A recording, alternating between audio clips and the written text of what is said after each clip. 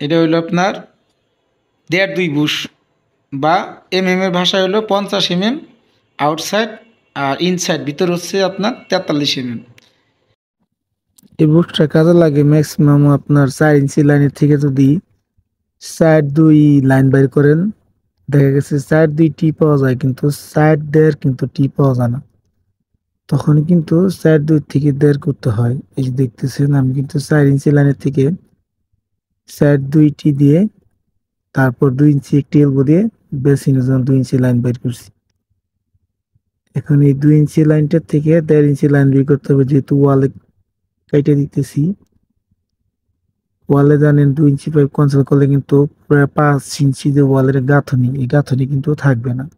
এই কারণে কিন্তু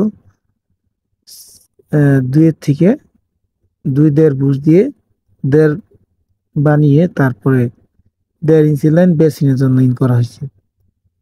এইরকম কিছু সেন্সিটিভ কিছু কাজে কিন্তু 2.5 বুশ লাগে। আশা করি বিষয়টা বোঝা পারছেন।